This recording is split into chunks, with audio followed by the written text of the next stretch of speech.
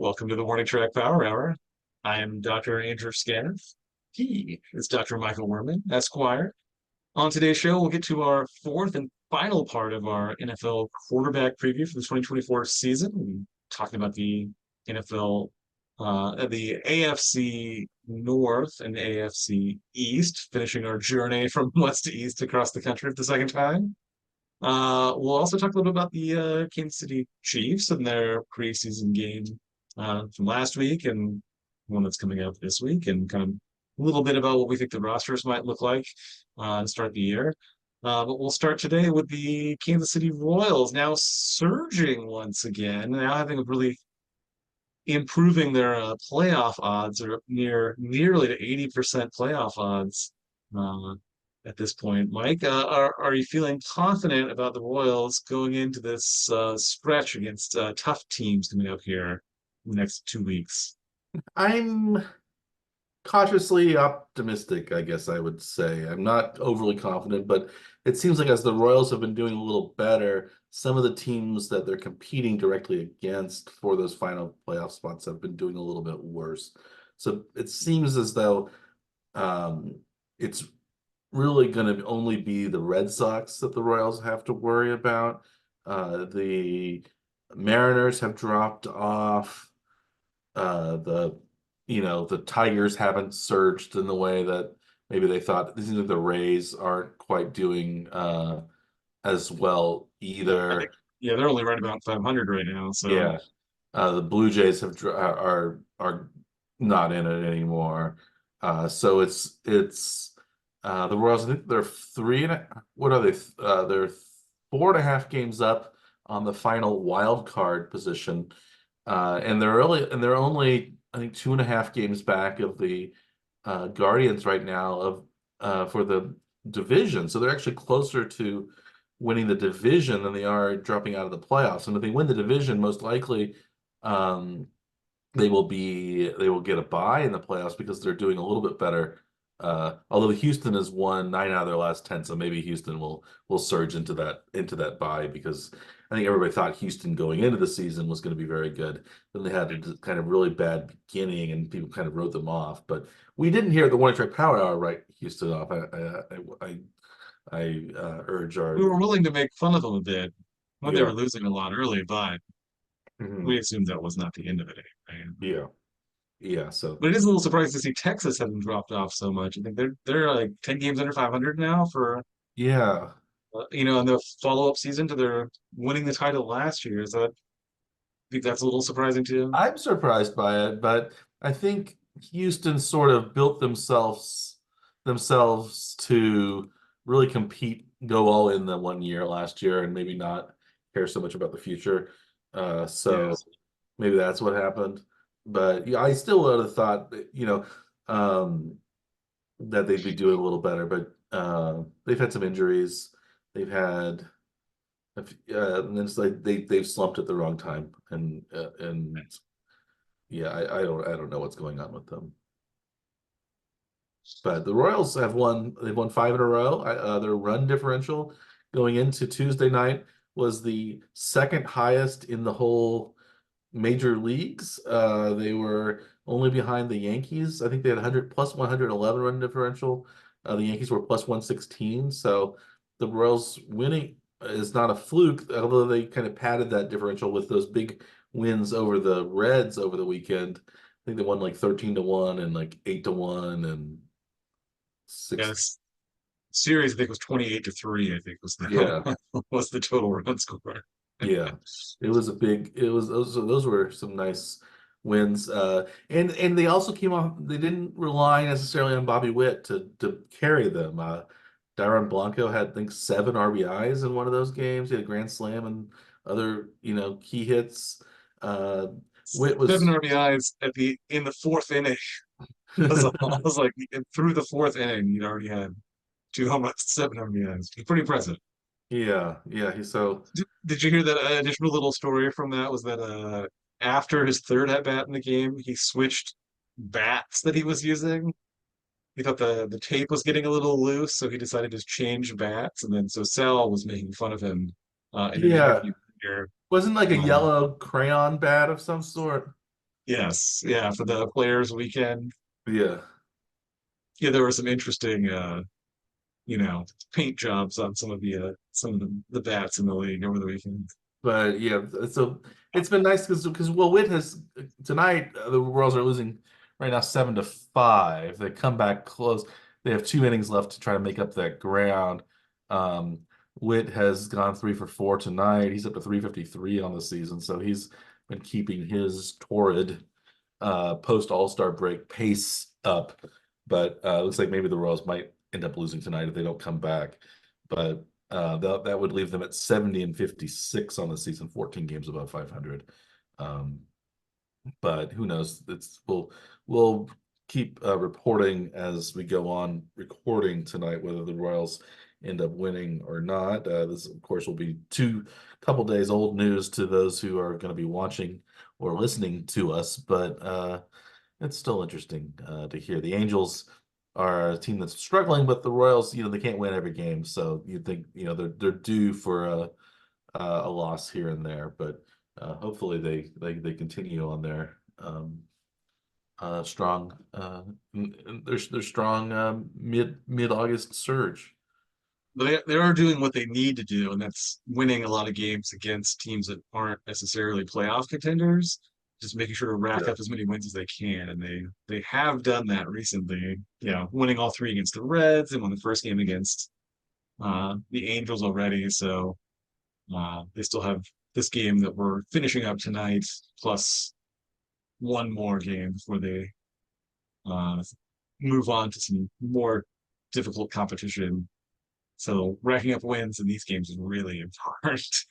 Yeah, and staying close to the division competitors and also the staying ahead of Boston and some of these other um, wild card competitors. And we're only a month and 10 days from playoff time now. It's yeah, fewer, 37-ish games left, I think. So 30, Yeah, I think they're inside 40. So yeah. yeah, Yeah, so it's and the Royals had I think I saw on ESPN and Fangraphs have, according to the different calculations, have about a 79 percent chance of making the playoffs. That went way up from it was about 50. It was I think below 50% even uh, less than a week ago, or maybe about 50% a week ago. But that the Cincinnati series really uh, pumped up the Royals' kind of power ranking numbers because of the margin of victory, but also just sweeping them, and any little surge can really affect how that works. And also, I think they're benefiting from the slumps of Boston and Seattle and some of those other teams. yeah. And I don't. Do they have one series against Boston left in their stretch, or are they? Do they have any more games against? They play some against the Twins and the Guardians. Are done with the White Sox, I believe. So So the Royals they're playing the Angels through Wednesday. This home against Philly this Philadelphia, weekend. 4 game series at Cleveland, 4 game series at Houston. So those would be big on the road. 3 game series against Cleveland at home, 3 against Minnesota at home, 3 games at New York, 3 games at Pittsburgh, home against Detroit for 3 at San Francisco, 3 at Washington, and 3 at Atlanta. So not or It three was home New against San York, not Francisco, Boston. and it's 3 home against San Francisco, and then the last 6 games are going to be on the road against National League opponents at Washington and at Atlanta. Um, so you would hope that things would be sewed up by that point.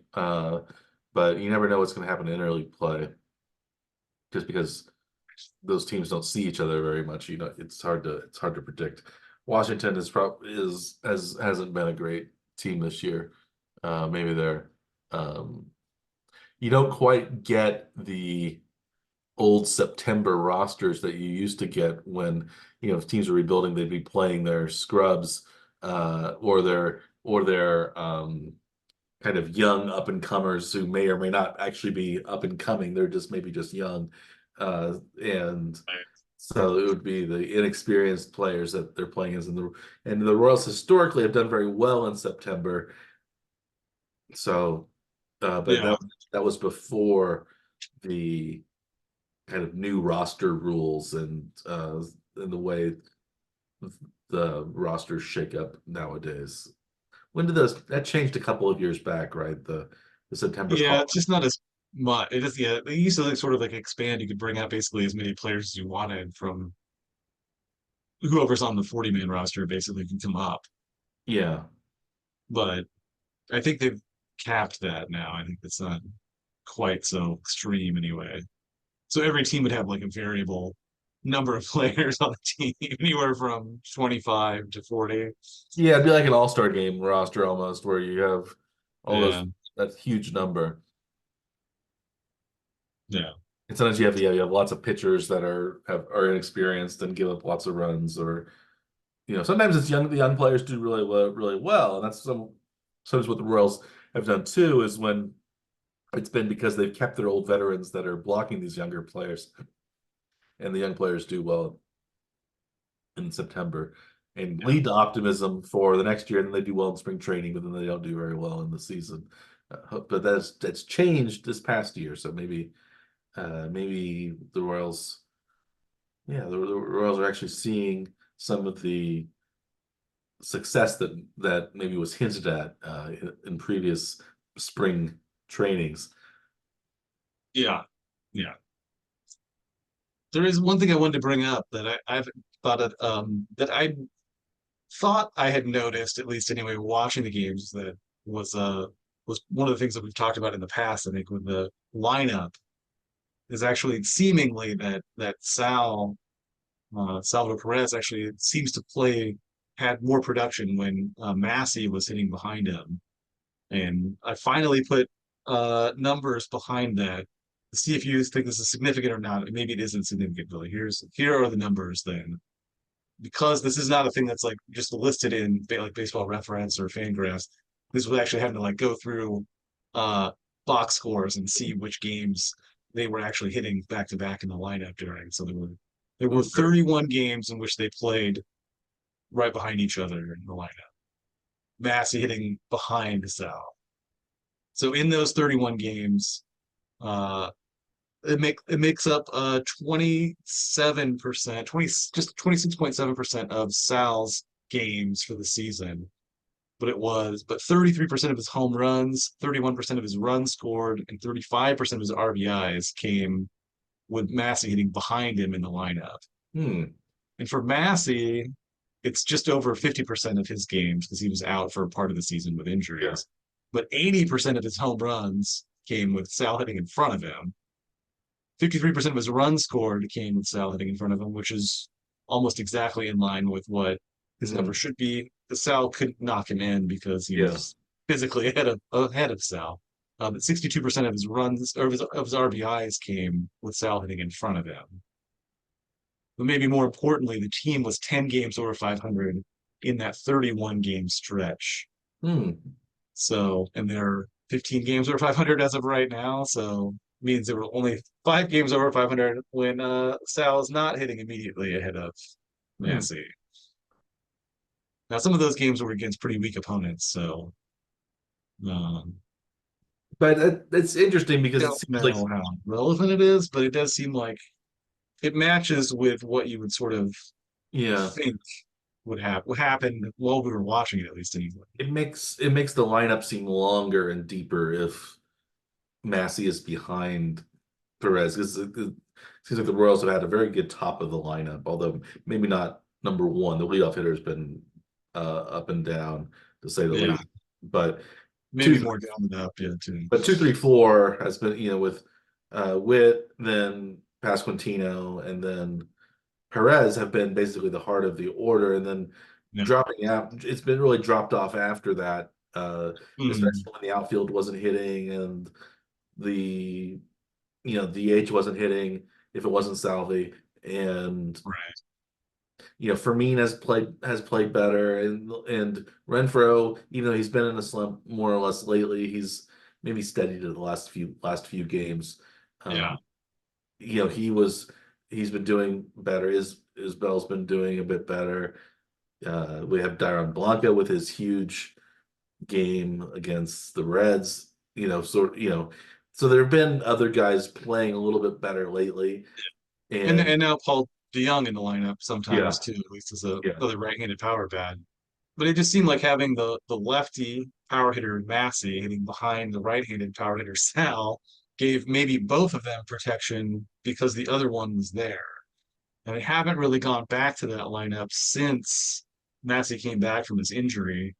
Now it seems like they're trying to use him more in the leadoff spot when right-handed pitchers are throwing, at least anyway. So uh, but they have not really gone back to him hitting fifth. He's been either leading off or hitting sixth or seventh in the lineup, which is maybe not, providing any additional protection for Sal, at least anyway. I would like to yeah. see them go back to that because it was successful when they had that earlier in the year. Do you think they'll make it back there, or do you think that concept is lost now for the year? I think they're still platooning Massey, and he's not going to play if it's against Lefty pitchers just won't lefties. play. He's not going to play very much, and they'll put DeYoung in there, and Move Michael Garcia from and third to move maybe second, move. and Yeah, they do that. They done tonight, which is I don't know. ridiculous. Yeah, and yeah, you think maybe DeYoung could play second, but I think Have them Garcia. DH or something. I mean, it doesn't seem like they should be moving players around defensively. They're just asking them to make mistakes. All Yeah, you want to get them used to their own position and maybe get in a groove. But yeah, you also have maybe guys that need rests every once in a while, and other guys need that want to play. So it's hard. It's a difficult thing to manage. But maybe um, you would think hopefully Contreras getting the hang of it by now. But maybe I know Dr. Scaff thinks otherwise, that the Royals are maybe succeeding in spite of the skipper rather than because of their manager. and whether it's not just him or, it could just be, that's the philosophy of the organization and the manager is just executing the philosophy on the field, which is possibly even worse than him just being dumb, I think. So it's Yeah, like a systemic ignorance rather than one person's ignorance. yeah. Should we move on? Should we move on to football, because where we can talk a little bit more about systems and ignorance, and maybe teams that know what they're doing and teams that don't know what they're doing. Maybe we'll focus a little bit on the Chiefs first. They seem to usually know what they're doing, at least Yeah. lately. Since Andy Reid has been around, they've known what they're doing. They're In the entering. regular season and postseason, especially preseason, maybe not so much. Yeah, well, it seems like the preseason they don't win a lot in the preseason. They're maybe a roughly 500. I think maybe since Reed has taken over, the starters did pretty well against Detroit in the second preseason game. Maybe the most notable happening was Mahomes throwing his behind the back pass to Travis Kelce for a first down on one of their early possessions. Did you watch that play? Do you have any comments on it? Both Kelsey and Mahomes were kind of critical of each other, maybe jokingly on that play.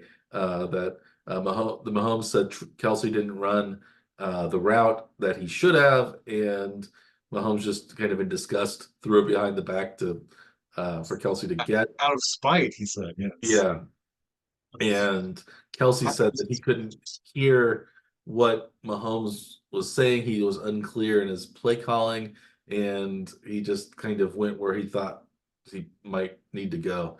And I think Reed said maybe the play was done the right way. I'm not sure. It's hard to say what actually happened there, but we did have a behind the back forward pass that maybe will be part of the repertoire going forward for the Chiefs. The Chiefs ended up losing that preseason game 24-23, largely because fourth quarterback Ian Book was overmatched. So we have a clear third quarterback now. It's Oladokun, I think. Um, Does seem that way. Yeah, and look, I think he fumbled on consecutive possessions, and I don't know if did they lose the fumble on the second one, or I can't remember which. It might have been on the previous one. I don't Yeah, remember. I was only sort of watching it by that point. yeah. But I think one of so we've talked about some of these roster battles and what's coming. So the Chiefs have 90 people and 90 guys in camp, and they're cutting down to 53, which is very difficult. And then they might cut down lower than that, depending on what other teams cut and who becomes available. And maybe the most interesting group that's under scrutiny right now is the wide receiver room. Last year, I mean, not the Royals, the Chiefs kept seven wide receivers. This year, it looks like maybe they'll only keep six, which is the usual number.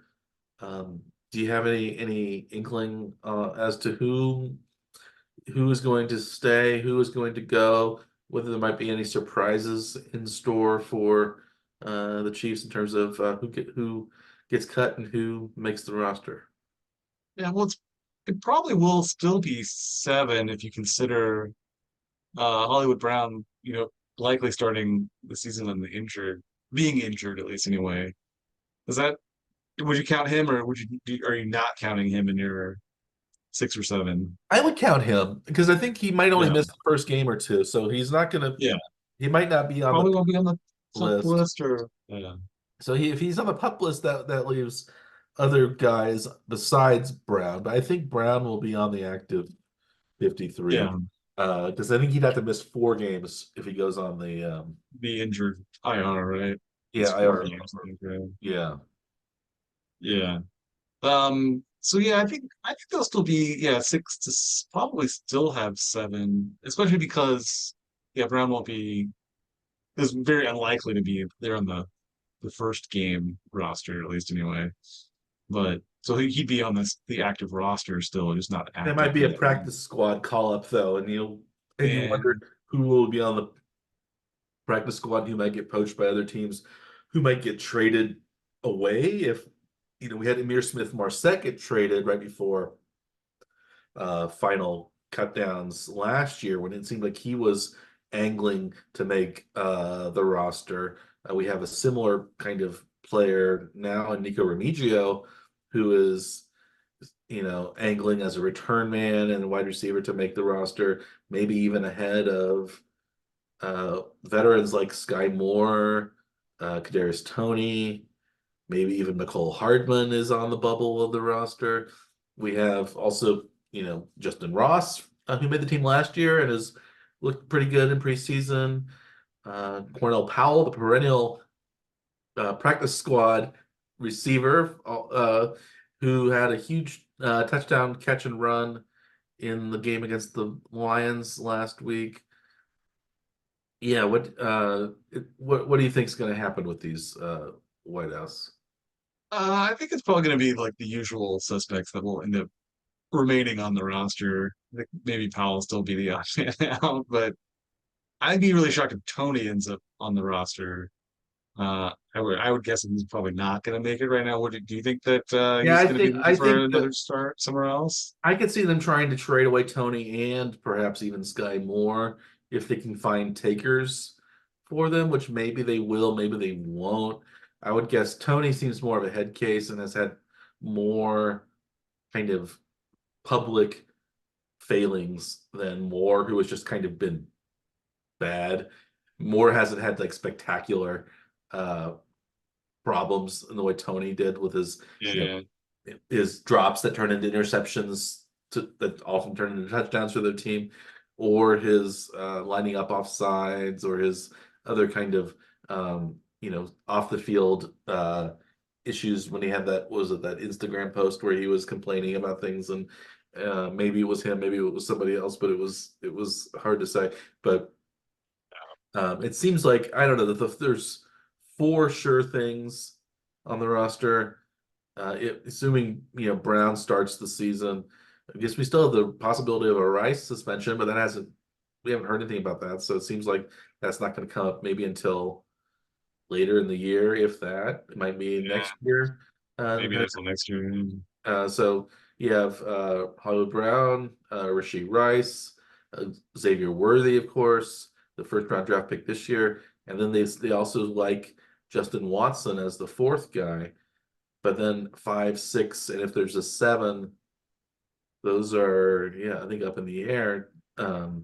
If you Yeah, could, and I mean they still can use like Hardman and Moore as return men too, so they're maybe not, super worried about the receiver designation necessarily. I well, don't know that more famously Remigio is will be considered a wide receiver at least initially, but yeah, well, Moore famously has had those problems returning, dropping punts and things like that. He did have a fairly big return in the AFC Championship game 2 years ago, but right. um, Was that not enough to shake off that past well, that was label? but then Tony returned the punts in the Super Bowl, and he had the big punt return Super Bowl. So, like, and he Yeah. is not. He's currently in the doghouse. It seems like. So Yeah. I don't know what. So I think those four. If you had to rank 5, 6, 7.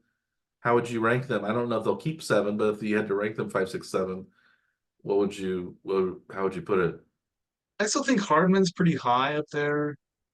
So maybe Hardman and Ross and they're and Moore are probably pretty much interchangeable, but I'd probably have I think Hardman maybe at fifth, and then yeah, then maybe Moore just because he's had more history with the team, I think. So as six and Ross seven, but I don't know that it matters though, really. I mean, because they know one guy's going to be out at least to start the season, so maybe you need the six anyway. Or do you think they're going to use more of the tight end side of things to balance Yeah. out the wide receivers? I think they'll keep four wide receivers and seven wide out, or four tight ends and seven wide receivers. No, I don't think they'll keep 11 total. I think they'll keep 10 total. And I Yeah, think I would say they might keep 4 tight ends because they like Jared Wiley, right? Who they yeah, drafted in the they're drafted. fourth round this year. They like Noah Gray still, I think. Travis Kelce, of course. And then they brought in Irv Smith as potential tight end in the offseason, and I think he's looked pretty good. I think he offers another kind of receiving threat. I think Andy likes having a lot of tight ends around to make kind of big looks turn into receiving formations, and so I could see the four. I could see keeping 4 tight ends and 6 um, wide receivers, or maybe because they use Kelsey as a wide receiver as much as anyway they line him up out wide Yeah, more than they line him up close in. yeah, So he's in some ways that other wide receiver. sort of a hybrid. Yeah, Yeah. So I don't really know what they're gonna do. I have an inkling maybe they might just churn and change that bottom of the roster.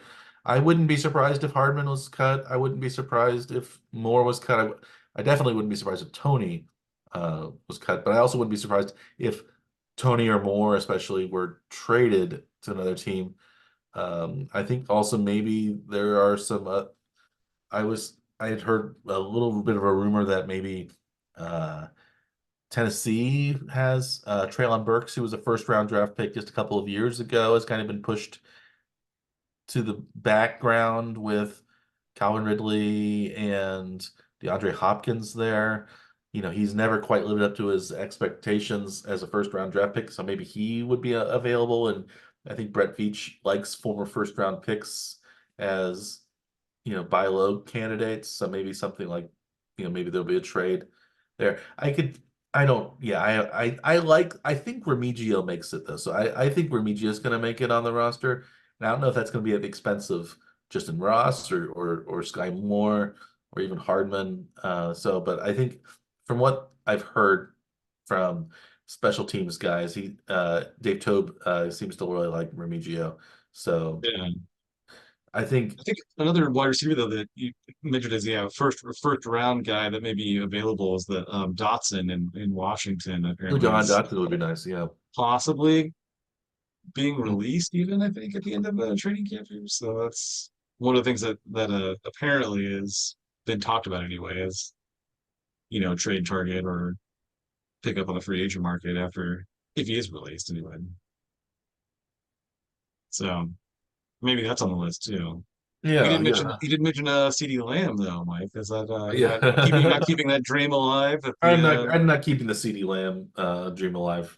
I don't think I could see maybe signing after next year if CD Lamb doesn't get this contract done this year. He might be a free agent. I could see the Chiefs going big in the free agent market next year for wide receivers, yeah. especially but they might, depend on what again, it really depends on how they do this year and how Hollywood Brown does and what Worthy looks like. So it's impossible to predict what next year's going to be. We haven't even Yeah. started this year yet, but They could yeah, be the Cowboys could be a possible trade target for some of these, fringe wide receivers that the Chiefs maybe don't need. If they're looking for a wide receiver maybe to help fill in for CeeDee Lamb until his contract is resolved. So yeah, and it seems maybe like the they'll look Chiefs. for a Sky Moore type or a Tony as a fresh start Yeah, it seems like down the Chiefs there. and Cowboys aren't afraid to deal with one another either. They seem to have a lot of minor trades that go back and forth over the past 10 years or so. There's been a lot of Chiefs Cowboys trades Yeah, there. they're in opposite leagues, so they're not really rivals, and they don't usually play each other. So it's I not think Charvarius Ward maybe came from the Cowboys. I think there've been Anthony Hitchens. I think came from the Cowboys. I think there's been a couple of guys that have come from the Cowboys. yeah. I don't.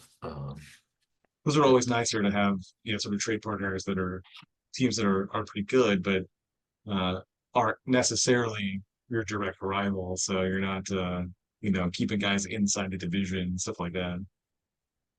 No grudges to bear later in their careers, right? Yeah.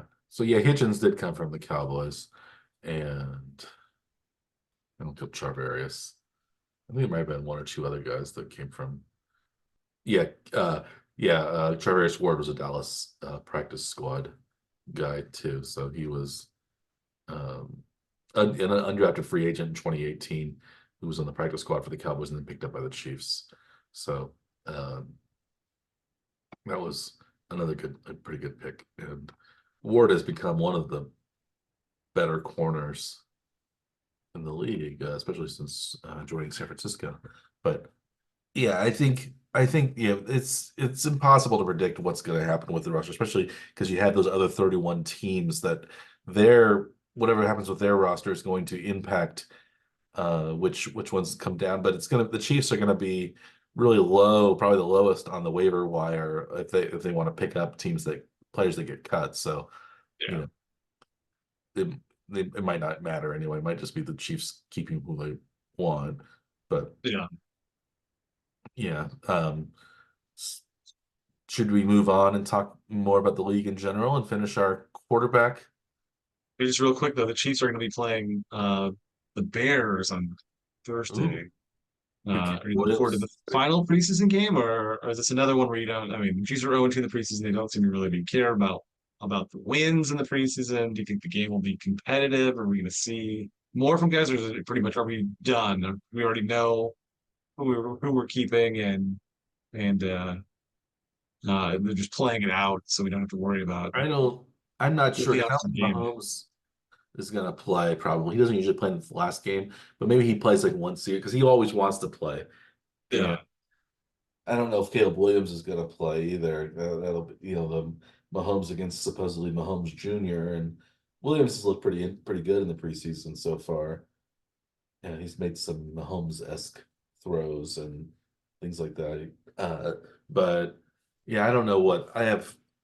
I could see the Chiefs use I think it's gonna basically be an audition for the bottom of the roster, but maybe it won't matter too much because they've already decided things. It's hard to say. I don't know how much stock they put in practice versus gameplay and whether preseason football counts as gameplay or not to them all the time. It's it seems like maybe some of the wheat has been separated from the chaff, at least in the quarterback room. But I don't. and maybe even the offensive line seems to be shaking up. It seems like Kingsley Suamataia is going to definitely be the left tackle, and Wanya Morris is going to be the swing backup tackle. So, some of these things have kind of shaken out. There aren't as many position battles as there seem to be. The running back position is interesting. Carson Steele maybe has really wowed people. He's maybe the hybrid fullback, H-back, Yeah, running back guy. Luis Reese-Zammit maybe seemed like he hasn't been playing so much. Maybe he's going to be a practice squad person, probably. yeah. I think he's on one of those like kind of futures contracts for the international players, so it I don't think they're at risk of. But there's no need to push him forward, I guess. So I was kind of hoping we'd see more from him, more trick plays, more Me gadget type too. things. But anyway, we haven't really seen much of him really. Like I think he one return in the second preseason game, but that's He had a really couple of all he's out there. runs in the first one, I remember, but yeah, I don't think I think he's a practice squad person. I don't think anyone's gonna pick him up as a roster person. So maybe I don't know if they have to do anything. I think they may still have him protected from that because of that uh international designation it could be. too. Isn't that how that works? Do they get like an extra year or something with those guys, or there's an extra practice squad slot open for that, something like that? Is that because they're trying to encourage more like international Yeah. participation in the sport? So I think they're trying to create these positions and sort of bring them along. And trying to give them some extra time to get up to speed to make an NFL roster and not have to bounce around. Hmm. I don't know. I'm not exactly sure how that works, like with the contract at least. And so yeah, Yeah. Well, we can figure out. Well, we'll deal. We'll talk maybe about roster battles with these other teams. In some cases, when we talk about the quarterback challenges that these teams are facing, some of these teams that we'll mentioning from the AFC North and AFC East already have their quarterbacks already entrenched, and we know who's going to be the. I think all of the we know for at least for most of the teams we know who the starter is going to be. yeah. Maybe only Pittsburgh. We don't know exactly who the starter is going to be. Maybe New England as well, depending on things. But for the most part, those things are We know who it isn't, I uh, guess, in New England. And then it's not Mac Jones. So that's who we yeah, know it is. it's our old pal Bailey Zappi, who's maybe the odd man out. He might get traded someplace Yeah. to. Yeah, we'll talk about him in a bit, but we'll start out with the AFC North. The westernmost AFC North team is in Cincinnati, the Cincinnati Bengals. They have four quarterbacks on their preseason roster. Seems like we have probably a fairly definite three. Which three are going to make it, but maybe who knows? Um, But a but definite number one. definite number one. Although maybe given last year, we might say that maybe the number one guy is not as strong as maybe he appears, and maybe he was a product of a solid system and having great wide receivers like T. Higgins and uh, Jamar Chase catching passes for him. But we still have Joe Burrow as the number one quarterback, one of the top quarterbacks really in the NFL. 6'4", 27 years old, born in Ames, Iowa, much maybe to your chagrin, Dr. Scaff. He moved to Ohio, I think, soon after that. He's about 14. He's only about 14-ish months younger than Mahomes. So he entered the league a couple years later, but he's only about a year younger than Patrick Mahomes. 2020, I guess he was into the league 3 years after Mahomes. Mahomes was the 2017 number 10 pick overall. Joe Burrow was the 2020 number one overall pick from LSU. He had earlier played at Ohio State, which led to maybe that's why he was a little bit older coming out.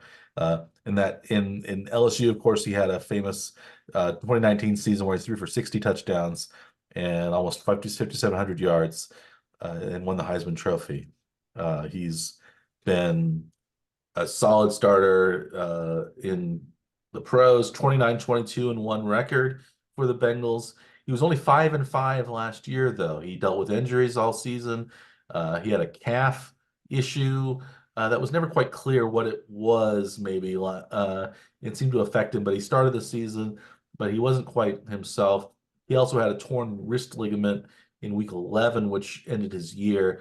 But last year, in 10 games, 2,300 yards passing, 15 touchdowns, 6 interceptions, a 91 quarterback rating. So not as good as you'd expect from Burrow. He was on pace for his worst season in that last year. The average of his previous 2 years, he averaged about 35 touchdowns, 13 interceptions, 4,500 yards passing, 104-ish quarterback rating. So a lot higher in those years. But He also but gets played sacked. but played like an injured quarterback He can essentially, play like right? an injured quarterback, but maybe, yeah, it's hard to say. He was, he maybe that wrist injury actually occurred a little earlier. There were questions about when that wrist was injured by the league, and the gambling community was thinking that maybe the Bengals lied about Burrow's health and didn't report his wrist injury as a issue. Maybe the handicappers were upset about that, but he is somebody though who maybe will suffer injuries because he gets sacked a lot. He was sacked 24 times in 10 games last year, which is actually much better than his previous averages. Previous average is usually about three or a little bit more than three per game that he gets sacked. Mahomes, on the other hand, is sacked about 1.5 times a game, if that. So he's somebody who stands in the pocket, maybe stays in the pocket, doesn't throw the ball away quickly enough sometimes. But I guess maybe, you still might take the hits if you don't get, maybe you don't get sacked if you throw the ball away, you still get hit. Yeah. Um, but Burrow is somebody who has taken some big hits in his early career and has been injured a few times already. His rookie year, he had the ACL tear. He's had other things happen to him as well. But when he was injured last year, he was replaced by Jake Browning, 28 years old, 6'2", former undrafted free agent from University of Washington by the Vikings. He is from Folsom, California, home of Folsom Prison, from Johnny Cash fame. Uh, he started 4 years at Washington, was fairly consistent all 4 years, but his best year by far was his sophomore year in 2014, where he threw for 43 touchdowns and 9 interceptions. In his other 3 years, he only averaged 17 touchdowns a year. So that was somehow they had that big outlier season, but he never played for Minnesota. He actually had his first action last year in the league for Cincinnati. He started 7 games in place of Burrow, a 4-3 record, 70.5% completion percentage, almost 2,000 yards, uh, 12 touchdowns, 7 interceptions, a 98.4 quarterback rating, which is actually higher than Burrow's last year. Does this mean, again, does this mean Burrow is a system quarterback or somebody who's the product of a great, he's only done really, really well when he's had huge amounts of talent surrounding him. And this is what happened when he was on that stacked LSU team in 2019. He still has Chase, he still has Higgins, but Mixon is gone. Some of the running backs have changed hands. They don't have the dynamism back there. Maybe the third wide receiver down is not as good as it once was either in Cincinnati.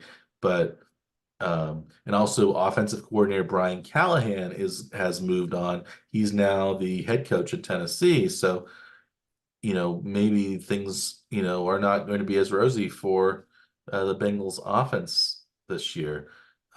Browning's not terribly mobile, but he did have 3 rushing touchdowns in his time as starting quarterback. So he's a good backup, it seems like, to have at the least.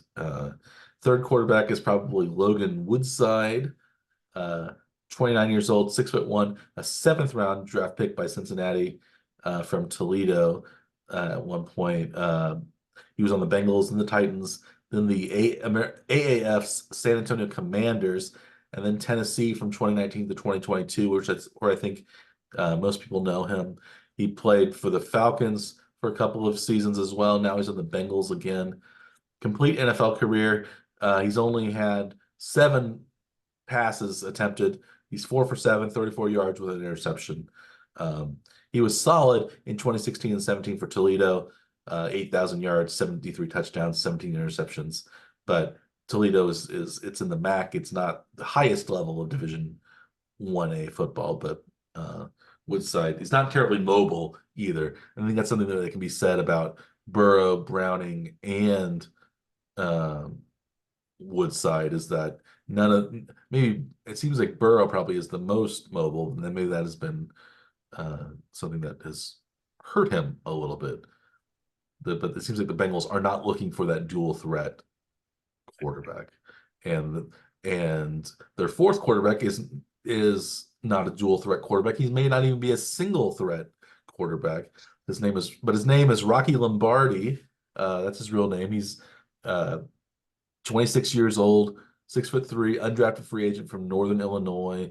He also played previously at Michigan State. So he's this is his first year in the league, and he's already 26 years old. So he's, we talked about the old quarterbacks being drafted. He is just about the oldest first-year quarterback that I can think of this season. 2023 at Northern Illinois, he threw for 2,274 yards, 11 touchdowns, 7 interceptions, 58% completion percentage. So mediocre numbers at a school that's not known for its football prowess. So, maybe he's only there because he has a cool name. He's not related. I looked it up. He's neither to Vince Lombardi nor to Rocky Balboa. So I don't think Rocky Marciano or any of the other famous Rockies either. So No, Rocky Maivia, yeah, no. Rocky. the Rock's father, right? Yeah. Yeah. He's from Clive, Iowa. He's a Des Moines kid. Ooh, Rocky Rocky Lombardi. Lombardi. Went to Valley High School in Clive, Iowa. Des Moines area. Yes, Clive. Is Clive a kind of British enclave in? You would think, but no, Yeah. it's not. No, they don't have uh, All of the traditional, Clives visit traditional there. old English pubs and things like that. They People name should. They should people totally have done that. people named Clive or Nigel, Yes, Neville. that's what they should do. Call people old chap, old Yeah, bean. chums. Yes, Yes, that's too bad. but no, they don't. They don't do that. It's unfortunate. Well, that's so. What are we looking at salary when it comes to the Bengals? How much are they spending on their quarterbacks? Burrow has signed a big contract, and he's probably getting paid quite a bit. So last year he signed it's like 5-year deal. This is the second year of his deal then. So he's at 29, just under 30 million, 29.7 million for this season. Next year it will balloon up 46 million for topping out at 52 million in 2027. So we're sort of on the cheap-ish side of the contract before it gets very elevated. Which is where they're going to get some issues with trying to like retain Jamar Chase and T. Higgins, who's maybe already, looking for, his next spot too. So it gets tricky though. We've got like multiple players that are all coming up together. They all have to get paid together then too, right? So Yeah. it's one of those tricks for GMs to figure out how to make all of that work with the roster. Woodside's actually the second highest paid quarterback on the team just because he's been around for a little bit longer. So he's at 1.1 million. Jake Browning's only at 900K. Rocky Lombardi's, new, so he's at the 800,000 for this season. So they're not they're not spending a lot on backup quarterbacks, but their front end quarterbacks are making quite a bit, enough to land them at the 10th highest in the NFL for quarterback contracts. So they're rounding out the top third of the league. The next team on our list is probably even higher, I would guess, in terms of the numbers that they're paying their quarterbacks. That's the Cleveland Browns, largely because of Deshaun Watson's huge contract that was signed when he was traded to the Browns. He's number one right now in Yeah. quarterback salary, at least. And it's being Well, affecting the. the team is number one. They're spending the most money of any team at the quarterback position. It's Well, nearly $68 million for to the quarterbacks. quarterback, which Well, they is have a 20 almost 23% of the cap well, on the quarterback a lot position. of that is going, of course, to Deshaun Watson, who will be 29 in September, 6'3", first round, 12th overall selection to Houston in the 2017 draft. Of course, he was drafted behind both Mitchell Trubisky and Patrick Mahomes. I think when the Chiefs drafted at number 10, people thought perhaps they were going to take Deshaun Watson at 10. Turned out, no, they were going to take Patrick Mahomes, which has turned out to be, for many, many, many reasons, the best decision. Uh, but Watson started out though as a very solid and maybe premier quarterback for the Texans, but he of course had those sexual assault scandals, affect uh, his public perception, maybe also his playing as well. Since he was traded to the Browns in 2022, he's hasn't really played a whole lot. He's only started 12 games total the last 2 years. Um, Last year was because of injury. He only played 6 games. Before that, it was because of being suspended. He missed almost 2 years as being suspended by the league. He in those 12 games total that he's played, he's thrown for 14 touchdowns, 9 interceptions, 2,200 yards, only about an 82-ish rating.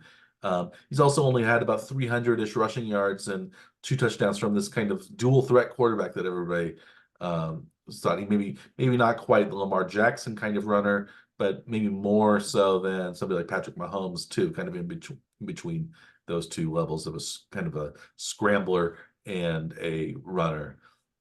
But he's been injured. He's been suspended. He did have a 5-1 record as a starter for Cleveland last year, 8-4 for the Browns, 36-29 overall. But he has not been the quarterback that the Browns thought they might be getting when they traded for him and gave him that huge, huge contract that was all guaranteed, and also made the Browns kind of look people look askance at the Browns given Watson's off the field baggage. So that's Deshaun Because Watson, it who's wasn't just the contract they gave him, it was also the draft picks they gave up to get him yeah, also. that's true too. And so, I mean, it was a huge amount of resources went to acquiring him. He's Yeah. getting paid $64 million this season, which by himself makes him the team makes the team quarterback position the highest of any team just Ooh, by him himself. he's getting So 64. yeah, and then he stays there for the next 2 years That's a lot also. of So money. still they still have to That's a lot of money. pay that contract for through the 2026 season. Yeah. So Watson's top backup, it seems like, is going to be Jameis Winston, who is 30 years old, 6'4", former number one overall pick by the Buccaneers in 2015, 2013 Heisman Trophy winner as a redshirt freshman, has a 34-46 record as a starter. His last full starting season, though, was in 2019 with the Buccaneers. That was the year, infamously, he threw for 33 touchdowns, but also 30 interceptions, which has been the highest for over the last probably 20 years in the National Football League. Last 4 seasons, he's been a backup mostly. Plus, he's had bad injury luck on New Orleans. He started 10 games, 6-4 record, 20 touchdowns, 10 interceptions, 2,200 plus passing yards. So he's a great backup to have.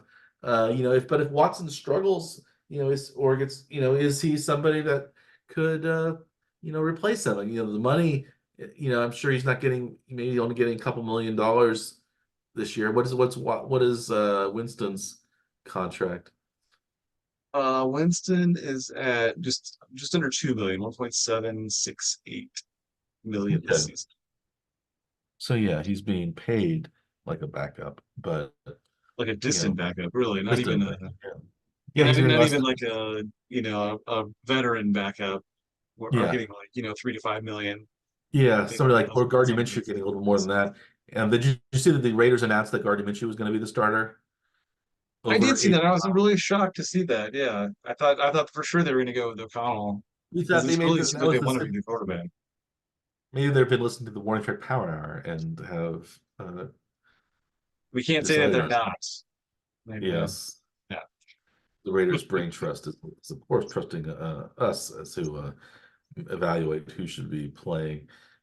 Behind Winston, we have on the Browns Tyler Huntley, 26 years old now, 6'1", an undrafted free agent in 2020 from Utah. He spent the last 4 seasons as the Ravens as a backup with the Ravens as a backup quarterback. He did start 9 games in place of the injured Lamar Jackson.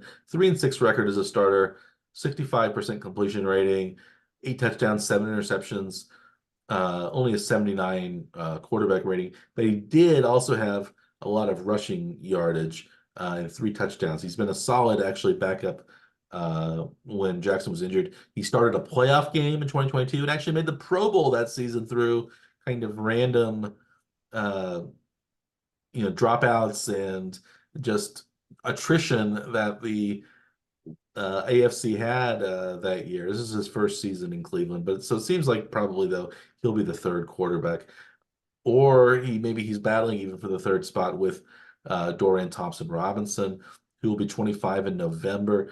Fifth round pick last year from UCLA. He started parts of 5 seasons at UCLA. He's 6'2". He started 3 games for the Browns last year as a rookie.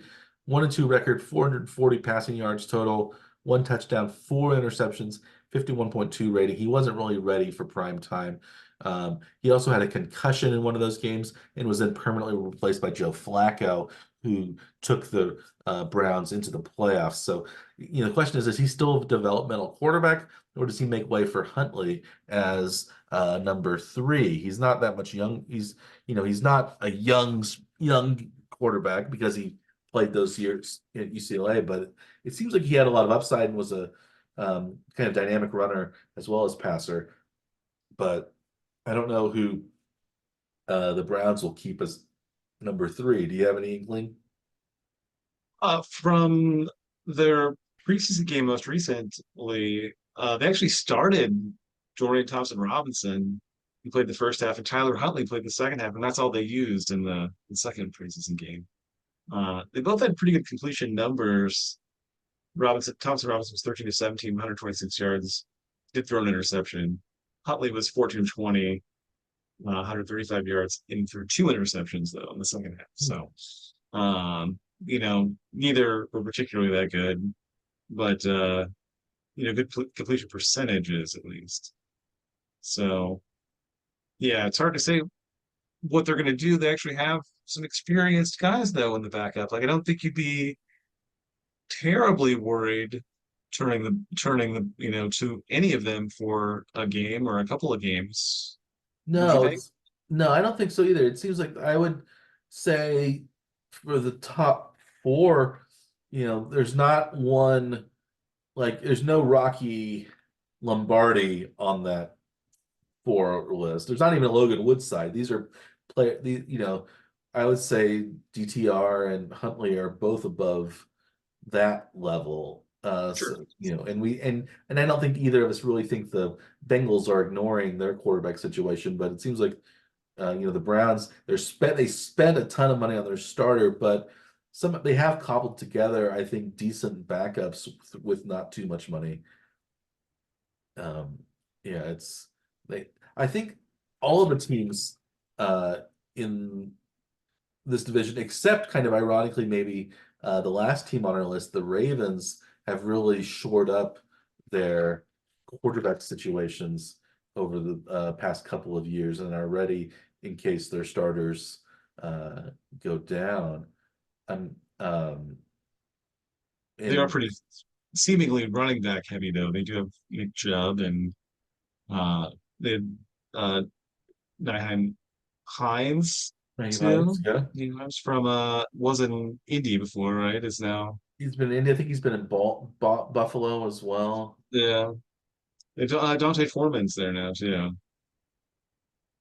Yeah, they're a big running team in Cleveland, and still have Amari Cooper, uh, David Njoku, who's really emerged as a solid tight end.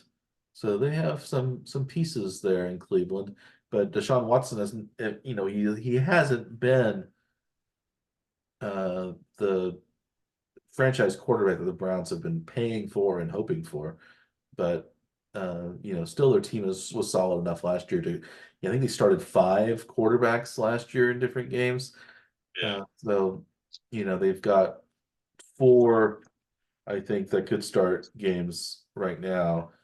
Um, But the maybe you don't any of them starting any of the games necessarily. Is no. that is that where you would be if you were their general manager? You don't And really want any of them starting. well, I yeah, if you could just limit it to, I think the PR having Watson as your quarterback is not very good. But if you could get rid of that somehow or ignore that somehow and think, well, maybe Watson will get back to where he was, he's a really solid quarterback, even if we're paying out the nose for him, it's maybe you still think Watson could be solid, but I think Winston is a solid backup, especially at that price. I think he Yeah. could. We were both thinking that he could should maybe be the starter in New Orleans a couple of years, and he didn't. He only got the chance maybe one time, and he got hurt. Or he broke vertebrae in his back that kind of kept him out of that. So he's had bad injury luck, but maybe he'll be. I think he'd be a solid backup, even though he does make a lot of risky throws, but he makes a lot of big plays as well. Um, Speaking of maybe big plays and risky throws, and uncertainty at the quarterback position, we have the Pittsburgh Steelers, who have a completely new quarterback room from last year. No more Kenny Pickett, no more um, Mason Rudolph. Mason Rudolph. Yeah, no, new blood here.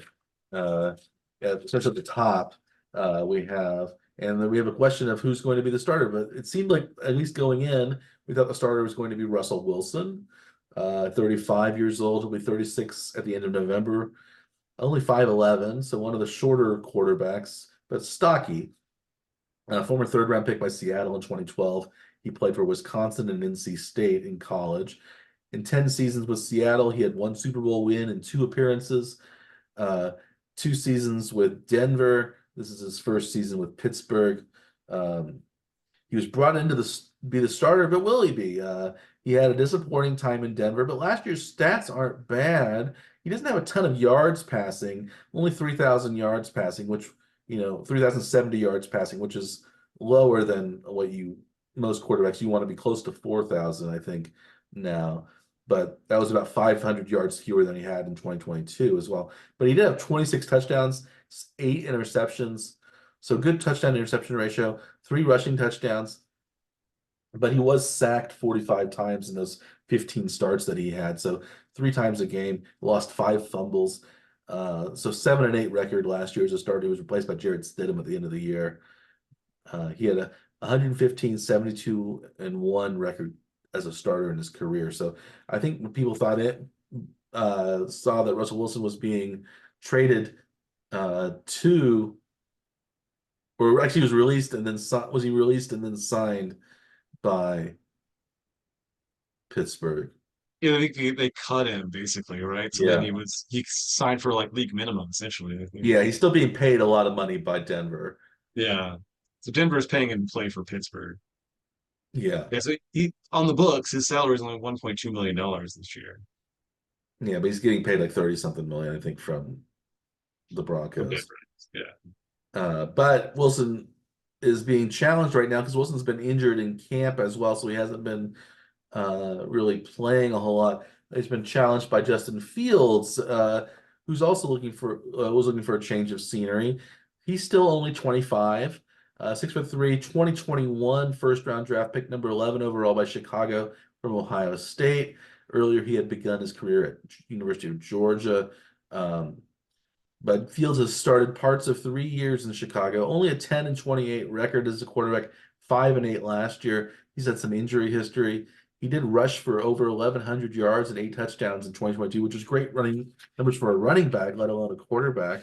Uh, he passed for 3 touchdowns and 20 interceptions over the last 2 seasons, averaging about 2,400 passing yards per year. So not you want to see him throw the ball more and maybe run the ball a little less. He takes a lot of sacks, but he still probably has a lot of upside. He was really, deemed expendable by the Bears when they were getting ready to draft Caleb Williams. He was actually traded only for a conditional 6th round draft pick. Maybe if he plays more than half the snaps for Pittsburgh, it could be a 4th round pick.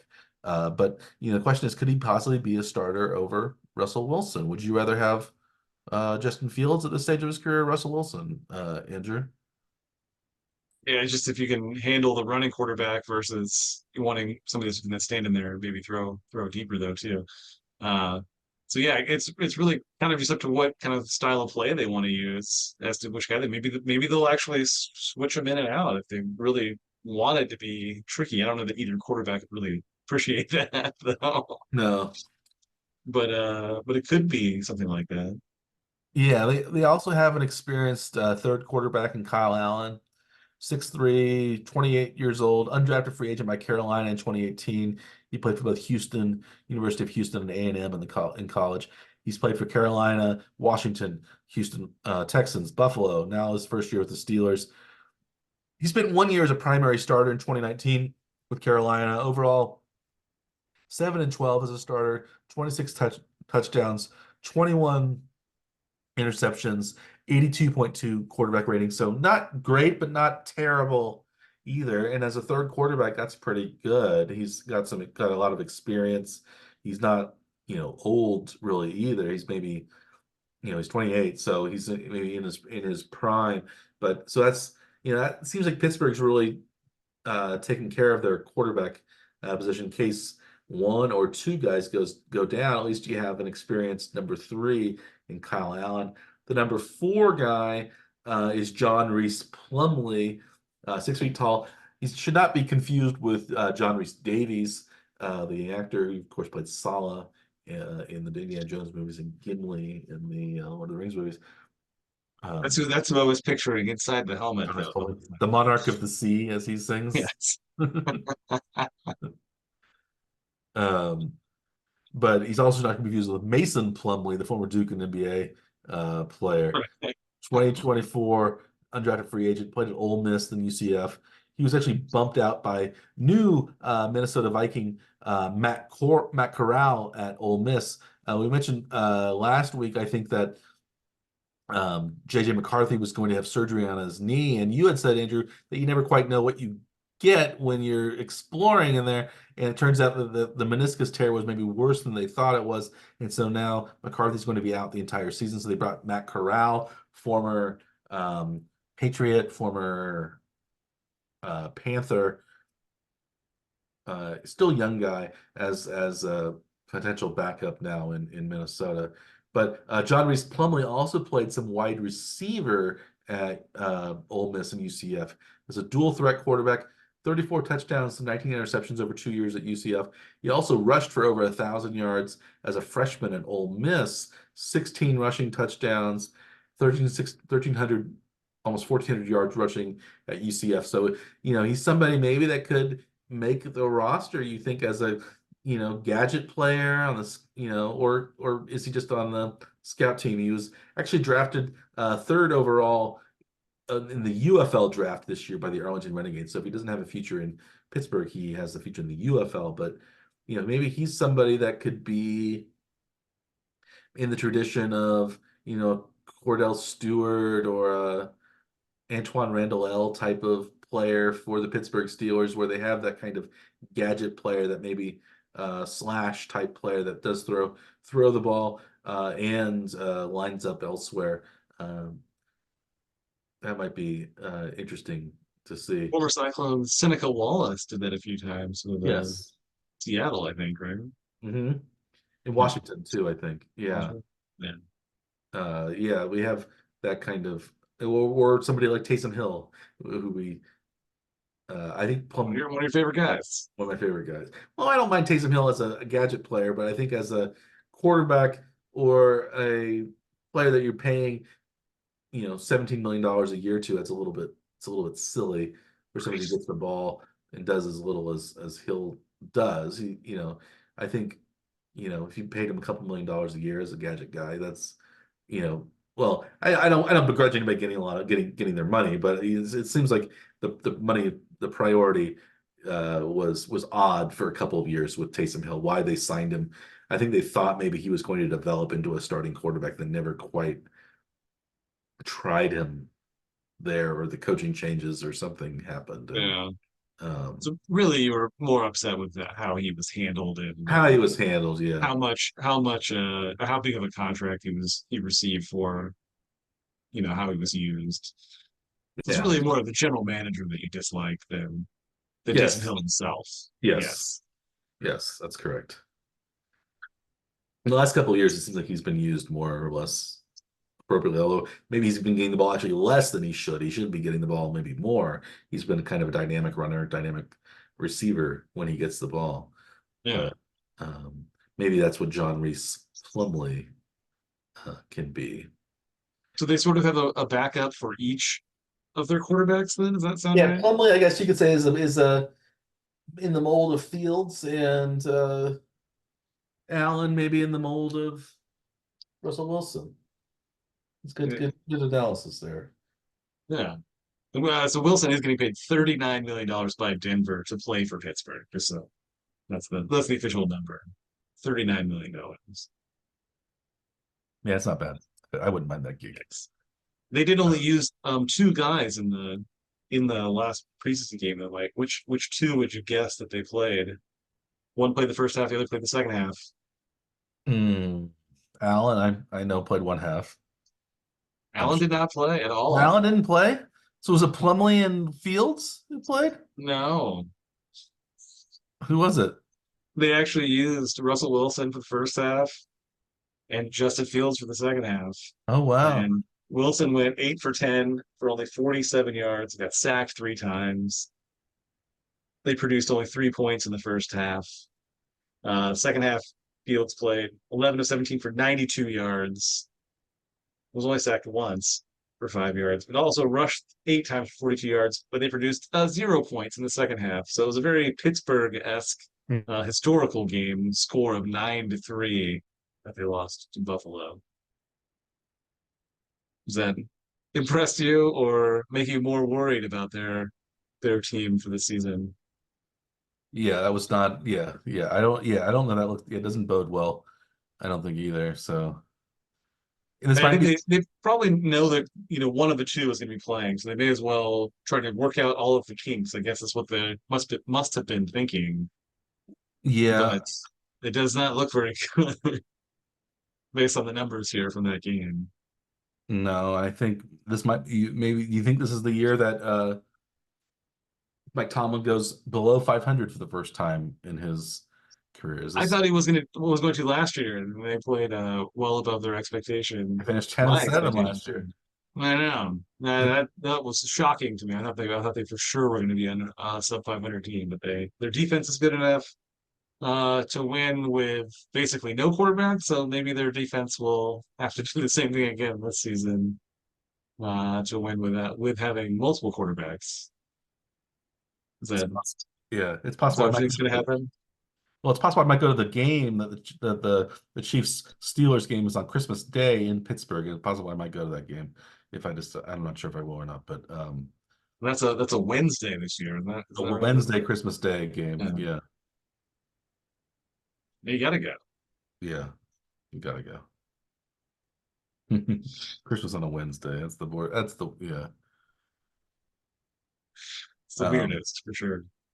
Speaking of Christmas on a Wednesday, we have a weird. I mean, weird. We have a weird, kind of a weird thing happening in Baltimore too. I think with their quarterbacks. We have Lamar. Not anything weird as a starter with Lamar Jackson. Um, two-time MVP, including last year. 6'2", 27 years old, number 32 overall pick by Baltimore in 2018. The dual threat quarterback from Louisville, 2016 Heisman winner. Last year, he started 16 games, was healthy all season, 24 touchdowns, 7 interceptions, 821 rushing yards with 5 more touchdowns. about 3,700 passing yards, which is career high. So very good for him. Good numbers for him.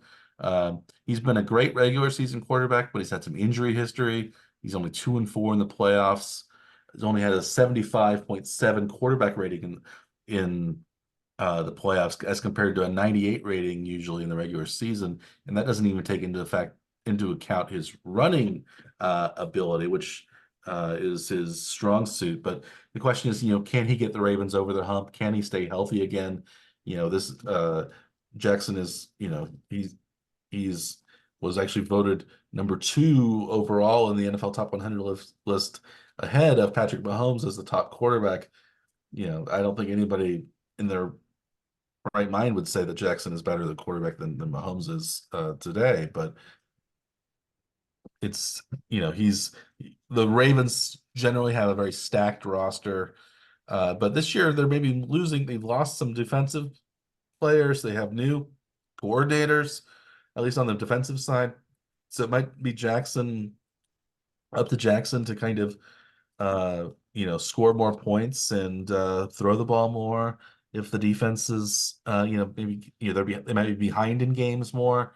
I think Jackson is very good when his team is ahead, when they're running well, and then they can use the run to set up the pass. But when they're behind and they have to pass, that's when I think he's weaker. So the Ravens are very good at doing the one thing that they do, but then when they're forced to do something else, they kind of struggle. And Jackson kind of does too when he's forced into kind of being a one-dimensional passing quarterback. He's not quite there yet. Maybe he won't ever be there. Who knows? But now they have Derrick Henry too. So Yeah, they have Derrick Henry, but Derrick Henry's getting up in years for a running back, you would say. So yeah, he's 30, yeah. he's the ultimate Ravens type player, you would think. But what, does he still have a lot of gas left in the tank? Yeah. But behind Jackson, we don't have maybe a whole lot.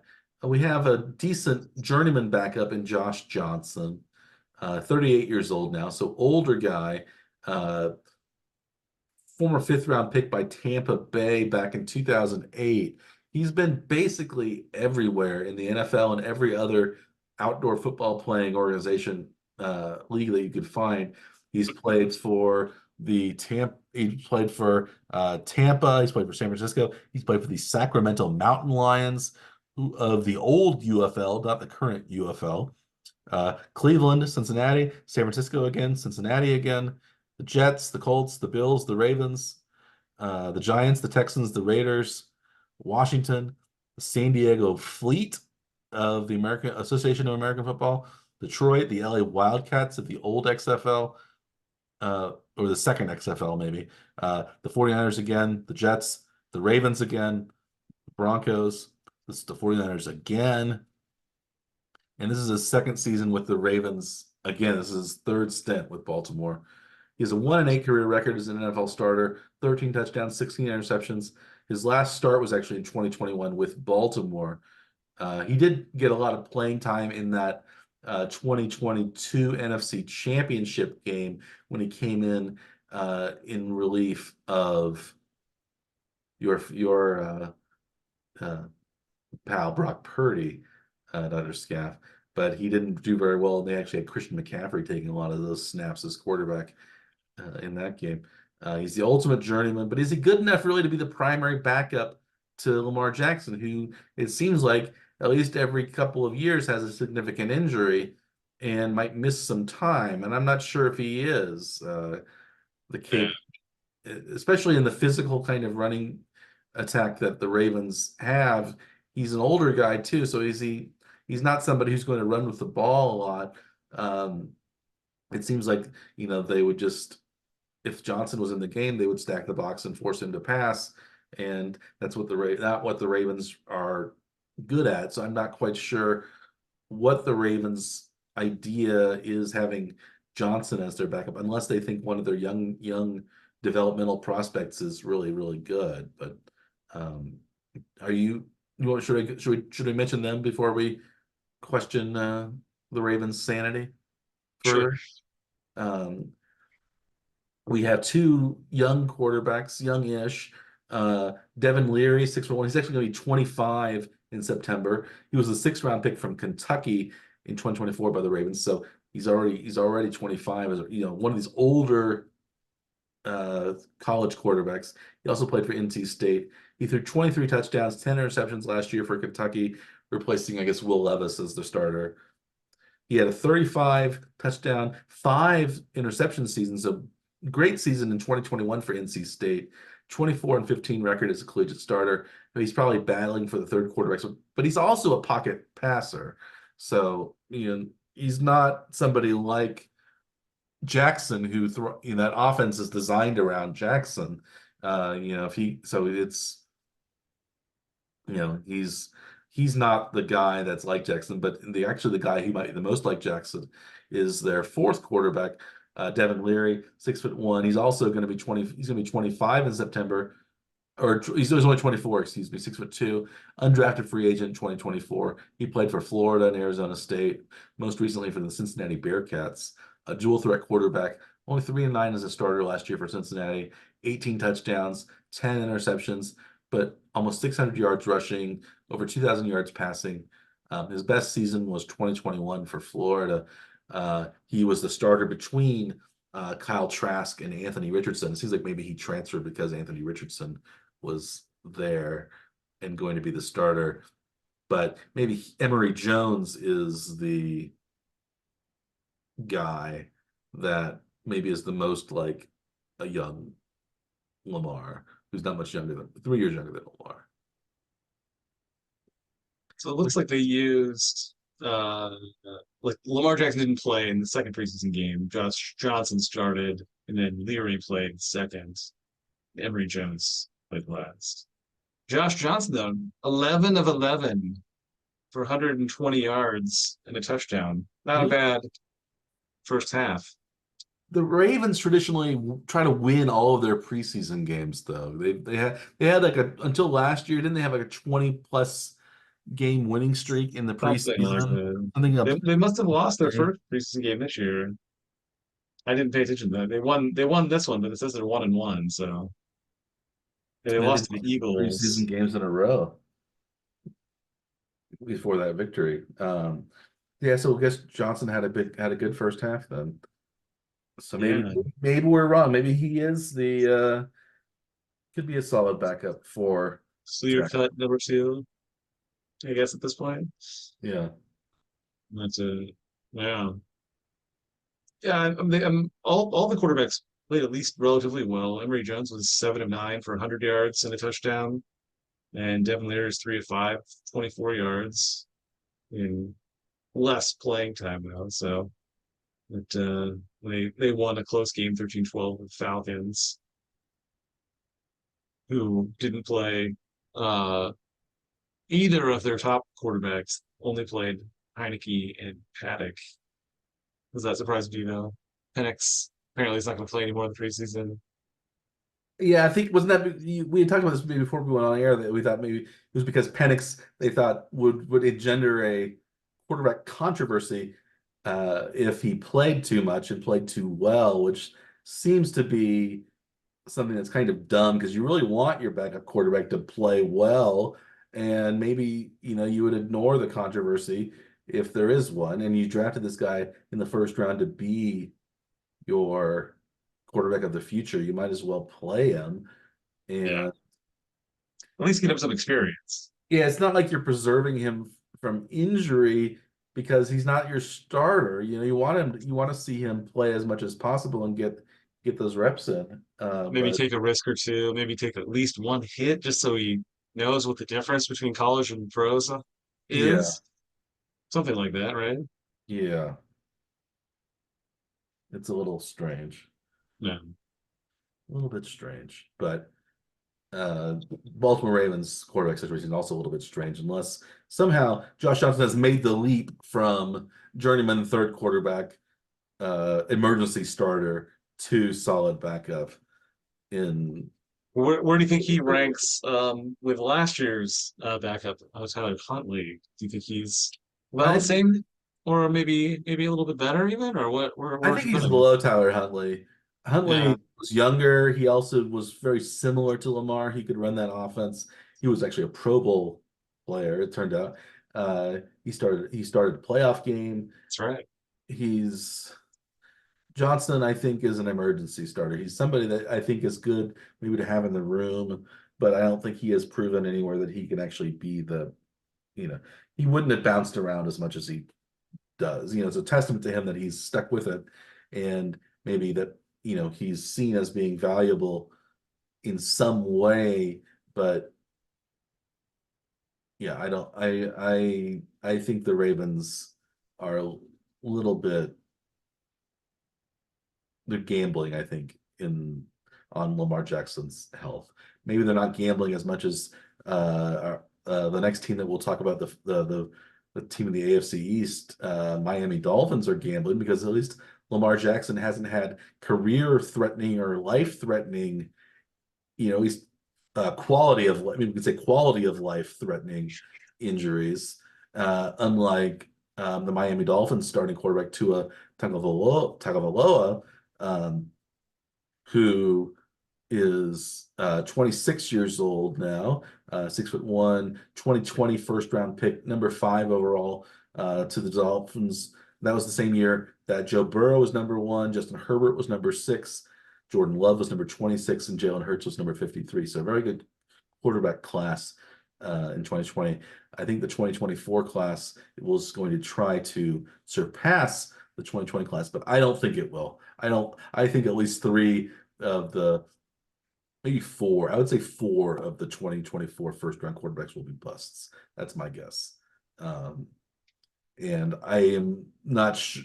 Maybe I say that I don't, and that's not including. I don't know who I'm counting as the breakout stars either. I wouldn't be surprised if this was more like the 2021 quarterback class with Mac Jones and Justin Fields, who have not turned out to be that great, and even Trevor Lawrence has been underwhelming, even though he was hyped in the way that Caleb Williams was. I think maybe this will be a little more like 2021 than 2020. That's my guess. Maybe because I'm rooting against Bo Nix, especially, but Tua was a great college player at Alabama. He actually forced Jalen Hurts to transfer to Oklahoma. But he himself got injured in 2019, a big hip injury, his last year in college. Injuries have plagued him in the pros too, especially concussions. He had multiple concussions in 2022. He in 2021 as well. I think he may have had something, but he played in all 17 games last year, so he made it through the season last year. 11-6 record, 29 touchdowns, 14 interceptions, over 100 quarterback rating, 4,624 yards passing, which actually led the league last year. 69.3 completion percentage. He lost the wild card game to the Chiefs in the frigid cold, but can he stay healthy? He does have a great supporting cast with Tyreek Hill and Jalen Waddle and Raheem Mostert and Devontae Chain and those guys. But is he Odell somebody? Beckham. Odell, yeah, no, Odell Beckham, who's probably, I think, washed up, but Yeah.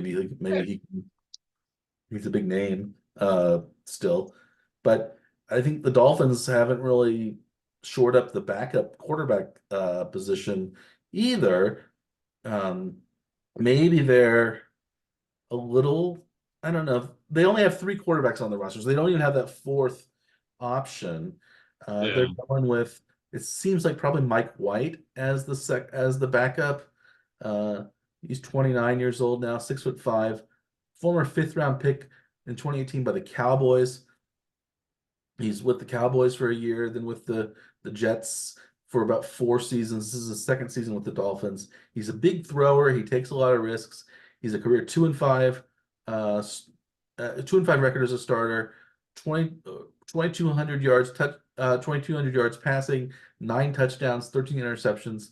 He played a little bit in relief last year for Tua, so he's probably penciled in as the backup. But this is enough though if Tua goes down. I think people liked him in New York because he was he threw the ball for more yards than Zach Wilson did, and but he threw a lot of interceptions in New York and threw himself out of games when he was the backup. But he was exciting, so maybe that's what the Dolphins are real. If Mike White's throwing to Tyreek Hill and Jalen Waddle, he can afford to take a few more risks than if was in the with the Jets or something like that. But um, I don't think, but he's not of the caliber of backups as a lot of the other teams have, I don't think.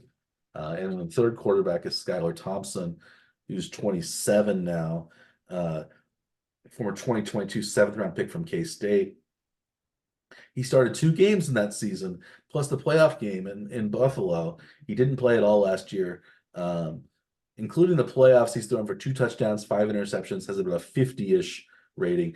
But can he develop into a backup, or is he the emergency quarterback? He's kind of a dual threat, but not a decent runner, decent passer, not super great maybe at either.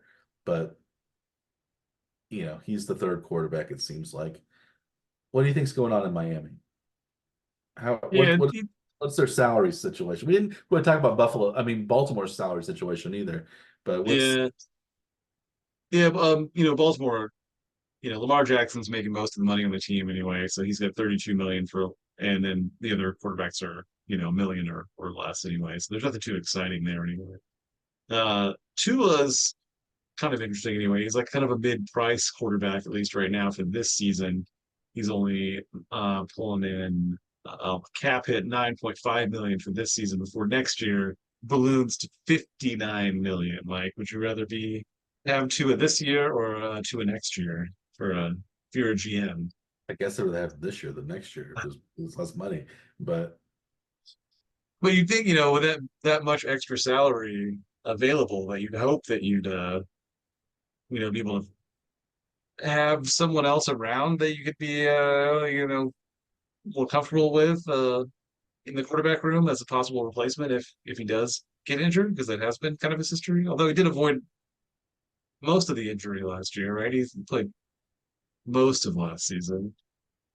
yeah, he Right. he made it through last season, so maybe he's I don't know if it was Avoiding. maybe he's learned how to avoid taking those really bad hits. Maybe he's just was unlucky his early part of his career. I don't know. I tend to think if you're I think every quarterback though is has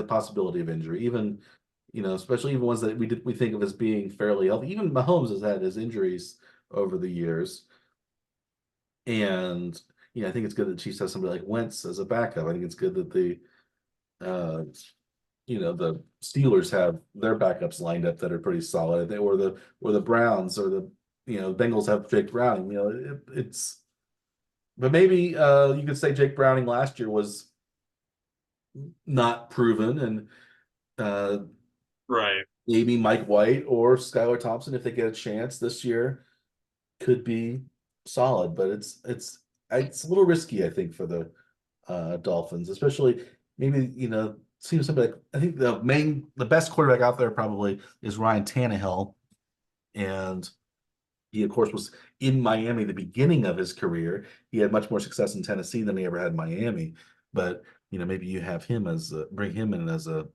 backup to one of these places like Baltimore or Miami, or one of the NFC North teams that we had talked about that were also seemed ill prepared in case of quarterback injury.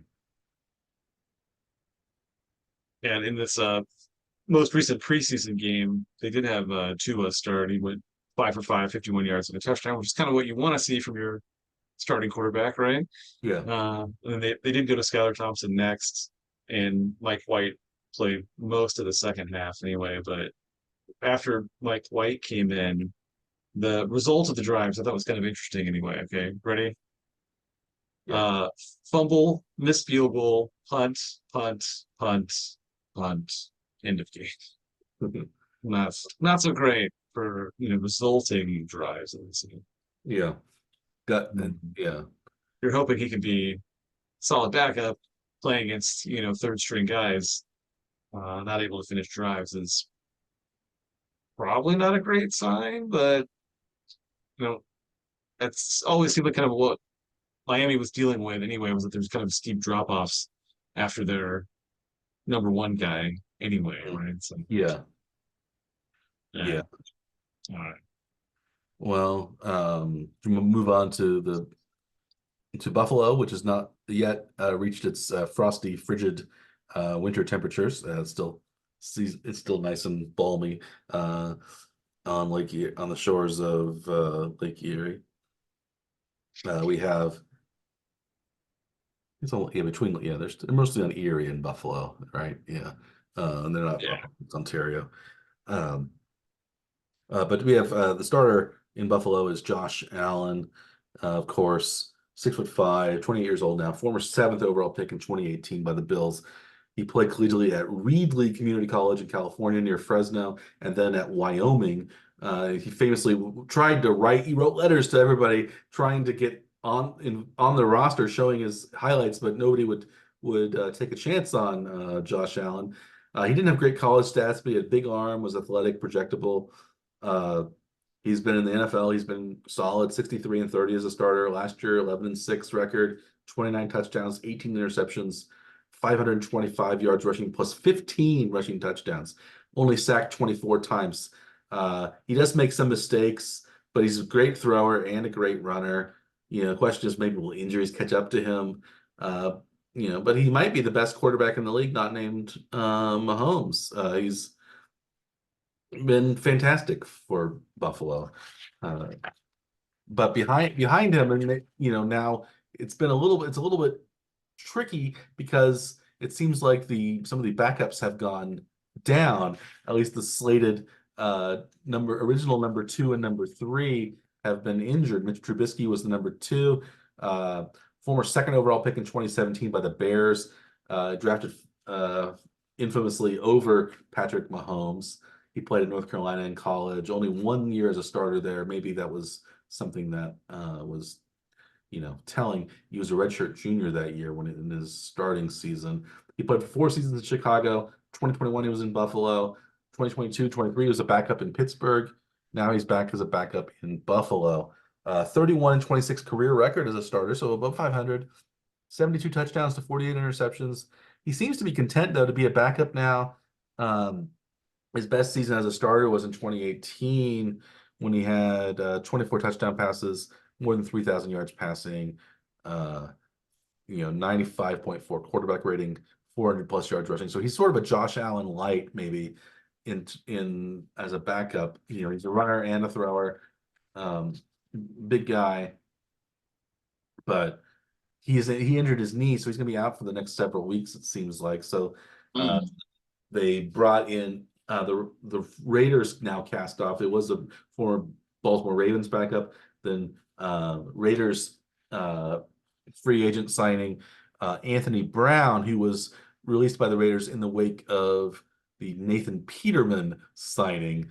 Who we already know about Nathan Peterman. We won't talk about him too much more. But the other injured quarterback that the Bills have is Shane Buechele, who's already gone on to IR. He had a neck injury about a week ago. Mm. Former undrafted free agent from SMU. He was the Chiefs' third quarterback for 2 seasons. He was left off the roster last year, kind of got mad that he was going to be on the practice squad, so he went to Buffalo. He's still never thrown an NFL pass. But Shane Buechele, son of former Major League Baseball player Steve Buechele, former Texas Ranger, I believe Texas Rangers teammate of Bobby Witt Sr., uh, Shane Buechele. Uh, and, but it seems like Bobby Witt Jr. has had a little more success in his career than Shane Buechele has in his career. But the third quarterback, though, it seems like maybe is now the backup quarterback is Ben DiNucci, 27 years old, former seventh round pick by Dallas, former James Madison and Pitt Panther quarterback. He actually grew up in the Pittsburgh area. He got bumped, though, by Kenny Pickett as a starter at Pitt. He was in Dallas for 2 seasons, the Seattle Sea Dragons last year in the XFL, the Broncos, now the Bills. He was just actually signed on August 12th to replace Buechele. So the backup situation right now in Buffalo is very fluid. He started one game in Dallas in 2020. That was a loss. career 219 yards passing, no touchdowns, no interceptions, only 67.8 rating. So behind Allen, we have, I guess it's Danucci right now. Trubisky was a very solid backup, but he got injured in the preseason. So hopefully he can get healthy by the time the regular season rolls around or close to it. But maybe it's Anthony Brown now who's going to be the primary backup. I'm not sure, but it's interesting that the backup quarterbacks have been dropping like flies. Usually you think the starting quarterback goes down, the backup steps up, but in this case the backups have been going down because of just preseason use. But that's what's going on in Buffalo. Trubisky did play in the second game, and he wasn't listed as an injury in the recap of that article, at least anyway. So, but yeah, it looks like he has been ruled out for at least a couple of weeks, as was Marquez Valdez-Scantling. Yes, he had a neck injury, I believe. Mm. Yes. Yeah, so Also, yeah, Michelle's also neck too, right? So yeah, injury bug has been biting the Bills already. So hopefully that doesn't happen. If you're a Buffalo fan, that doesn't continue into the regular season or spread to Josh Allen. that's right. Yes. How much is Josh Allen making this year? He's about his salary is about to balloon, not quite as much as Trubisky's, or not Trubisky, as Tua Tagovailoa in Miami from 9 to 59. But he's already making Allen's going to make 30 million this year and he'll get a 60 million next year. So still quite a bit there. Trubisky's pretty economical at only 2 million. Ben DiNucci and Anthony Brown are both under a million. Hmm. Looks like Trubisky started the most recent preseason game, and DiNucci played a little bit. So nobody really did much. So if they're relying on DiNucci to be the backup, he did only throw 5 passes in the most recent preseason game. So he's not getting a lot of snaps anyway so far this season. So that's kind of a weird spot to be in so early in the year, not having any depth at all at the quarterback position. So they're really going to be keeping their fingers crossed that Josh Allen can stay healthy Yeah, for more reasons than just wanting Josh Allen to stay healthy. yeah, exactly. Yeah, it's good. Yeah. Well, speaking of injury issues, we move on to the New York Jets, which had its share last year, especially when Aaron Rodgers, their presumed starter, maybe more than presumed starter, their starter went down. Rodgers now is 40 years old. He'll be 41 during the season in December. Former 2005 number 24 overall pick by the Packers, Super Bowl 45 champion, four-time MVP. 11-10 playoff record. He actually has been kind of maligned for his playoff record compared to somebody like Mahomes, but he has played fairly well in the playoffs. 100.1 career playoff quarterback rating, 45 touchdowns to 13 interceptions in the playoffs. So solid stats, but a little bit behind his regular season production. But he has a career 59,055 yards. He's ninth all time in passing yardage, about 5,000 behind Ben Roethlisberger for fifth place. So if he has a really big year, maybe he can get into fifth place all time. But he's about 30,000 behind Tom Brady. So he's not catching Brady unless he plays to about age 47 at the least. But this is his second season in New York, but he, of course, tore his Achilles tendon in his first series of the first regular season game last year.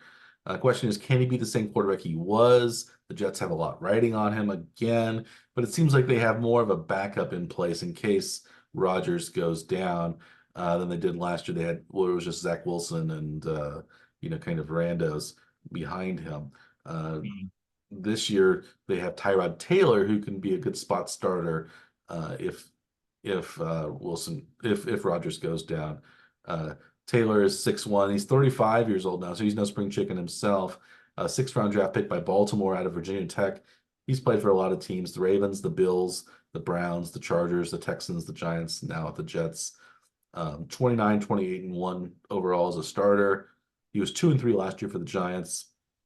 Career 88.3 quarterback rating, 65 touchdowns to 29 interceptions. He's a good backup quarterback. As I said, the Jets are in better shape here than with Taylor than they were last year. But Ian Taylor had was doing okay with the Giants last year too when Daniel Jones went down, but then he himself got injured, and that's when Tommy DeVito came in and won America's hearts. But Tyrod Taylor as the backup is kind of solidly the backup. The third quarterback, though, and is interesting, I think, in who's going to be the third quarterback because there are three candidates. So the Jets are one of the few teams with 5 quarterbacks on the roster. The third quarterback is, at least in an ideal world, would be Jordan Travis, 6'1", 24 years old, 5th-round pick from Florida State. He led Florida State to an undefeated season last year, but he got injured at the end of the season. This was a kind of a gruesome, bad injury where he really messed up his ankle and his lower leg. This actually caused FSU to miss the college football playoff because, despite being undefeated, because they didn't have Travis anymore. He threw for 44 touchdowns and only 7 interceptions his last 2 seasons at FSU, plus 14 rushing touchdowns. But so is he the developmental quarterback? Probably, maybe the quarterback of the future, even after Rodgers. But the question is he recovered after his bad injury last year? Is he going to be the same guy after that ankle injury? And so I think the Jets are maybe thinking maybe he might be on IR this year. So we have kind of competition for the third quarterback between 2 other young guys who are also 24 years old. Adrian Martinez, former 2023 undrafted free agent from K-State and Nebraska by the Lions. He was the UFL MVP in 2024, where he led the Birmingham Stallions to the UFL championship title. He led the league, also led the league as a quarterback in rushing. And he only played, I think, 7 games. He started out maybe injured or something. He didn't start the whole season as quarterback for the Stallions. So is he the third quarterback, or is it Andrew Peasley, undrafted free agent this year by the Jets from Utah State and Wyoming? Dual threat quarterback, 20 touchdowns, 5 interceptions last season for Wyoming, 9-3 record as a starter last year, 7 rushing touchdowns. And he's part of that kind of 3-man competition for number 3. I would guess maybe he's the least likely, but who knows? He played in the last preseason game ahead of Adrian Martinez, I believe. So maybe it's Peasley. What do you think about the Jets quarterback room, and what does that look like, especially on the bottom rungs there? Yeah, it's pretty strange though. They in the last preseason game, they just used 2 quarterbacks, and it was Beasley and Martinez. So we didn't see Taylor, or not really surprising, I guess we didn't see Aaron Rodgers. I don't think Aaron Rodgers tends to play a lot of preseason games, even going back to his Green Bay days. But Oh, they might want to see at least a few snaps from him, just so they know that his legs are okay anyway. That he's at least back up to speed. It doesn't look like they had terribly good numbers from the quarterbacks, as they combined for only 100 yards total passing. And then how they count passing stats. They subtract the sack yardage, so only 85 yards technically of passing yeah, yardage for the game, which is not very impressive.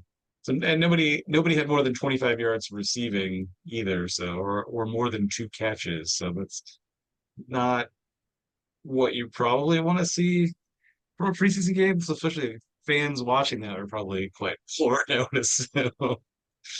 For a Jets Panthers preseason game. I don't yeah, know what you were expecting from that, but not much from the quarterback play. yeah. So We'll find out, I it's guess, what they're going to do. yeah. So I mean, based on the preseason game order that they used them in, it seems like Beasley would be ahead of Martinez, but I don't think he by any means won the job with the stats that he had in the game. Yeah, 7 of 11 for 33 yards. yeah, it's some short passes there. Yeah. Not great, yeah. And then Adrian Martinez wasn't much better though in the second half, 7-17 for 67 yards and a pick. So No. not terribly impressive. Well, if you're the Jets, you hope you don't get that far down this year, and you hope Rodgers stays the whole healthy the whole season. And if he happens to get hurt, you hope Tyrod Taylor stays healthy. But Taylor has had his own share of injuries and kind of bad luck when he has come in, but he's solid. So yeah, the Travis hasn't played in the preseason. He didn't play in the second game, at least anyway. I didn't go back to look at the first game, but I can real quick to see if there's anybody else got some playing Yeah. time. Tyrod Taylor took two had two passes in the first game.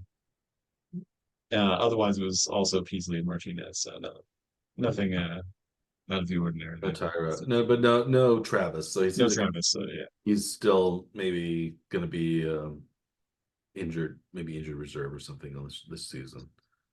That, but yeah, so that's going on. maybe one of their most interesting players, just a name I just happened to see here, it has lots of X's, V's, Z's. What single name? Did you see this name? No, Zazavian Valade? Valade? how do you spell it? Zazavian. Xazavian. Then Valade. Valladay. Interesting name. Yeah. Zazavian, I assume. Oh Yeah. yeah, probably I'm gonna say Xavian? Xavian. Xavian? Better. I'm not used to seeing a name with that many high value Scrabble letters Yeah, and one. Yes, he'd be a very high point total. Uh, but of course, proper names are not allowed in Scrabble, as you know, Dr. Scaff. that's true. Um, Unless you can use his name as an adjective, which he should be aiming for. well, you can use avian could be an adjective that you could use in Scrabble, but maybe not. Yes, yes, something that's bird-like, Yes. but not. Yes, Xavier. Well, we were one of our speaking of Scrabble last names, we were talking about Bailey Zappi with the Patriots, but he's sort of the odd man out in New England. But we'll talk about our final team of the night and of our 4-week odyssey through the NFL's quarterback rooms here at the One Trick Power Hour is the New England Patriots last and possibly least actually, given the success that they've had over the last several years. They might be one of the worst teams in the league this year. I wouldn't be. I don't think either of us would be surprised if they finished last in the division, and maybe one of the worst teams in the AFC this season. The new coach Gerard Mayo, Bill Belichick is gone. Uh, you know, the quarterback room is not this. Mac Jones is also gone. Instead, we have probably as the starter a former New England pick who has come back to New England after several years in the wilderness, Jacoby Brissett, who will be 31. He's 31 years old right now. He'll be 32 on December 11th, which is my birthday. He shares his birthday with me, which I found interesting. 6'4", former Florida and NC State quarterback, former third-round pick by New England in 2016. One season there before he was traded to the Colts when he replaced Andrew Luck a couple of times from 17 through 20. He then was on the Dolphins 21, the Browns in 2022, the Commanders last year. 18-30 record as a starter, 51 touchdowns to 23 interceptions, 85.3 rating. He's kind of a good fill-in starter, but that's kind of what he is, maybe a stopgap starter, especially since the Patriots drafted Drake May so highly in the draft at number 3rd overall pick in last April's draft. Drake May though it will be 22 in 10 days, so he's on the younger side of these starting quarterbacks. So maybe if you follow the One Trick Power Hours adages, that a younger first round draft pick quarterback is better than an older first round draft pick quarterback. At least that's what we've been believing. So maybe At least we're Drake, projecting like higher ceilings, right? Isn't that yeah, maybe Drake May then will be a surprise and be one of the non-busts coming out. of the 2024 draft. Uh, Former 2-year starter at North Carolina. 2022, though, was better than 23. Last 2 years, 62 touchdowns, 16 interceptions. He also rushed for about 1,200 yards and 16 more rushing touchdowns. He's young. He's got a big arm. The question, though, is he Josh Allen or is he Mitch Trubisky? Which one is he going to be? And that's kind of what it seems like the ranges of his comps are. It's, he's going to be, yeah, he's a burly, kind of lumberjack quarterback who can run and throw. And which one is he going to be, Mitch Trubisky or Josh Allen? And of course, the Patriots are hoping he's going to be more the Josh Allen type, but maybe he'll be more of the Trubisky type. Who knows? Behind May was actually drafted another quarterback the Patriots did in the 6th round. That's Joe Milton, who's on the older side of the draft, 24, but he's a big guy, 6'5". He played a 6th round draft pick by the Patriots. He played originally at Michigan in college, then he went to Tennessee. Last year was his first year as a full-time starter. He had been back up to Hendon Hooker before that. In his last 2 seasons at Tennessee, he has a 10-4 record, 30 touchdowns, 5 interceptions, 6 rushing touchdowns. Big guy, maybe the biggest arm in the draft, maybe actually bigger arm than Drake May has. Fast, maybe lots of upside. He is a little bit old, though, and he's probably likely behind May on the depth chart. But he actually, earlier in training camp, it seemed like maybe he was outperforming Drake May. Will Milton become the backup and leave May as more of a project, or will it be the opposite way around? I think probably May maybe has passed Milton now, given the last preseason game. But Milton wowed a lot of people early on this training camp in New England. But the other guy in the quarterback room is only 25. That's Bailey Zappi, 4th-round pick in 2022. He had a huge record-breaking 62 touchdown pass, 6,000 yards passing season for Western Kentucky in 2021. In New England, he's done fairly well. 4-4 record as a starter, 11 touchdowns, 12 interceptions, 78.5 rating. So not great, but he's been kind of a spark plug that the Patriots have had, especially when Mac Jones has been struggling. But it seems like maybe he's the odd man out in the new coaching regime. Is he going to be trade bait? They already got rid of Mac Jones. What are they going to do with Zappi? He was waived last year, but brought back to be on the practice squad. And actually, eventually was named the starter, but he kind of struggled. He only had a 68.8 quarterback rating last year, 6 touchdowns, 9 interceptions. So maybe they've seen enough of Zappi and they know what he can do. But maybe Zappi's a trade bait. Maybe one of these teams looking for a backup quarterback would like to have Zappi, but I'm not sure what's going on in New England exactly with Bailey Zappi. What do you think's happening, Dr. Scaff? Well, it looks like in the preseason they actually flipped orders with Zappi and Milton from game 1 to game 2. So they started Brissett in both games, and May played second in both games. And then in the first game, it went Zappi played from the second quarter through the third quarter. He played half the game, at least, you're right. And then in the last preseason game, he just played the last few series is all. So maybe he's been demoted already based on order of usage anyway, but I don't know. So maybe that's following the trend that you're talking about, like maybe Zappi, may end up being a trade piece or a released candidate going into the regular season. Maybe they're happy enough with Milton to keep him around and not necessarily hang on to Zappi. Yeah, I think we were fans of Zappi because we thought he was just as good as Mac Jones. Uh, Well, it seemed like they were like the same guy, but they Mac look they Jones had a look they lot of look negative alike. things. Yeah, Yeah. Mac Jones simply came from Alabama and Zappi from Western Kentucky, but they looked alike. Their Yeah. stats were similar. There's the way they threw the ball looked very similar. They had the same haircut.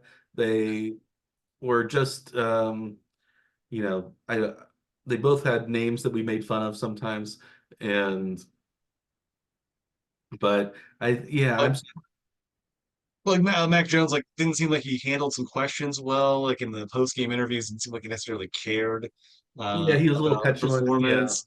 So like that doesn't usually look very good when franchises evaluating what they like about players, and we not just want the players to play the best and do what they want on the field, but also to like say the right things when they're in public. And it didn't seem like maybe Mac Jones had the locker room either. So it was kind of interesting to see that Mac Jones kept being the guy that was the number one starter there, even though maybe it looked like Zappy actually was better all around. But it doesn't look like he's getting much more respect, now with the new regime in New England. So Yeah, I think he's the odd that's man kind of out. interesting. Yeah, so I think Maybe he's gonna be. change of scenery kind of I'm may help everybody I'm sure possibly. New England will want to trade him, but if he doesn't, they don't find a trading partner, they'll probably just cut him Yeah. at the end of this. But I'm not sure that's the right decision or not. But there's clearly going in a different direction. I think they have upside with their young quarterbacks, maybe plural. Hard to say which, I think both of them have a lot of upside, but Brissett, I think, is a good caretaker, at least at first, if that comes to be, if May doesn't become the starter from the beginning, which seems like maybe he has some late momentum and maybe that's what's going to happen. But if I were the Patriots, I'd probably start Brissett and just let the guys sit and observe a little bit. It seems like that's what they're planning on doing. I think they've said that Brissett will be the starter, but then I think they immediately maybe got some challenge back from May the preseason game. Although he didn't necessarily play that well in the second game. He was only 6 of 11, 47 yards. But he did rush 4 times 15 yards and a touchdown. So that sort of bolsters the stats from Yeah, game two, even though he was only 6 of 11, which is not that impressive. no, but still, he is. Yeah, I think New England, they're hoping that they have their new guys will come in and be better than their old young quarterbacks when Jones and Zappy were the quarterbacks of the future. But yeah, we'll But see. so looking back at these two divisions that we talked about today, which team in each division do you think has the best situation with their quarterbacks, and who do you think has the worst Hmm. situation? What would I you say? so I'd say the best. I Cleveland's want probably the deepest, though, wouldn't you say? Cleveland's probably the deepest. Pittsburgh's pretty deep too. Uh, Yeah. I think Cincinnati's not bad. I think the worst easily the worst in the North NFC North is the Ravens. And I think easily the worst in the AFC East is the Dolphins. I think it's easy to pick those worst quarterback situations. And you're just talking about the biggest drop off from starter to next. And especially the biggest drop because it's with quarterbacks that take a lot of hits and quarterbacks that are injured quite a bit. So you think that, Yeah. you probably have a decent chance that one of these quarterbacks, if not both of those quarterbacks in Jackson and Tagovailoa, are going to miss significant time this year. You want to have a solid backup because you think these are both teams that are sights aimed at the playoffs. It's not like they're you know teams that are happy to win 7 or 8 games. These are teams that are looking for deep playoff runs to Yeah. have that deep playoff run, you need to make the playoffs. And in the AFC, it's going to be tough. So if if Tua is out 4 weeks, well, you want to be able to win at least two of those games while he's Yeah. out. And I'm not sure if Skylar Thompson or Mike White can do that. And same thing for the Ravens. I think you want to win if Jackson's out for a few weeks. You want to win be 2-2 in those games. And I'm not sure if Johnson can do that. So it's yeah. I'm a little surprised by those quarterback situations. Yeah. And especially makes it more complicated when teams like Pittsburgh, who sometimes don't even have a quarterback, still end up with a playoff spot. Or Cleveland, with a backup quarterback, getting a playoff start like last Yeah, season. So I guess you never know. um Yeah. yeah, he's don't know. That's part of the intrigue of the NFL, and one of the more difficult things to predict is who is going to win how many games. Like we did not do very well with this last year, trying to pick team win over under numbers. We're gonna try again this year, aren't we? We'll try it again next year. And speaking of well, difficult predictions, that will be it. Those will be difficult predictions. But an easy prediction will be that we will be back next week with our picks and another exciting episode of the One Trick Power Hour. Um, I think that should we wrap up this week, Dr. Scaff? I think we may have made it under the 2 hour mark in this episode. We really powered through to no pun intended, the AFC North and the AFC East.